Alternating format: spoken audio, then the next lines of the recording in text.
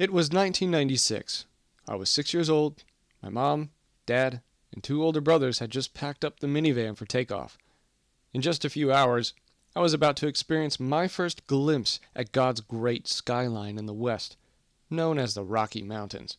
Looking back now, I hardly recall any memories of that first trip, but it was the beginnings of a family tradition that would have us coming back to those purple mountain majesties every summer.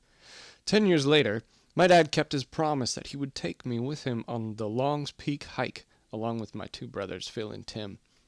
After their 16th birthdays, my brothers got to experience the father and son milestone hike. So when May 23rd of 2005 hit, I was itching for my boots to touch the trailhead. From a distance, Long's Peak elevates itself above all the other mountains in the visible region, at 14,259 feet above sea level. Long's Peak towers as the 13th tallest mountain in Colorado, only 181 feet shorter than the number 1 tallest peak. I was totally overwhelmed with a humbling sensation as we drove from our campsite to the starting trailhead.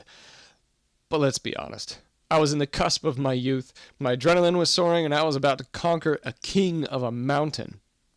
We started the hike at 9 p.m. so that we could reach the summit before noon the next day. That's when malevolent thunderstorms like to roll in over the Rockies. So the following 8 dark hours was like being on a foreign planet. I was silenced by the wonders the mountain beheld that night. Soft wisps of air through the mountain pines, a distant smooth running creek off the trail to my left that I couldn't see but hear. And the stars. Oh, the stars. The advantage of being at such a high elevation and away from light pollution. The grand and crystal clear display of the heavens that you can't get anywhere else had my eyes tearing up on multiple occasions. And in that moment, on the side of a mountain gazing into the night sky, I had never felt so small as I did then. But in a good way, like the feeling a small child has when being swept up and wrapped in Dad's big and strong arms. Above the timberline, where the trees stopped growing, the cold and fatigue finally began to set in, and we were forced to take more breaks.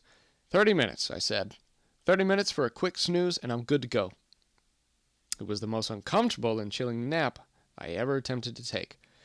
My shivering body kept me awake, and the boulders weren't exactly plush pillow topped. I rolled my body towards the mountain to keep my face out of the wind, and that's when I felt a sensation like someone throwing a warm blanket over me and turning the nightlight on. It was sunrise. And there went the waterworks in my eyes again. I welcomed those golden rays like an old friend. My second wind kicked in, and together we steadily propelled ourselves the rest of the way to the summit. I earned the nickname of Mountain Goat, because out of the 4 of us, I was the first to reach the top.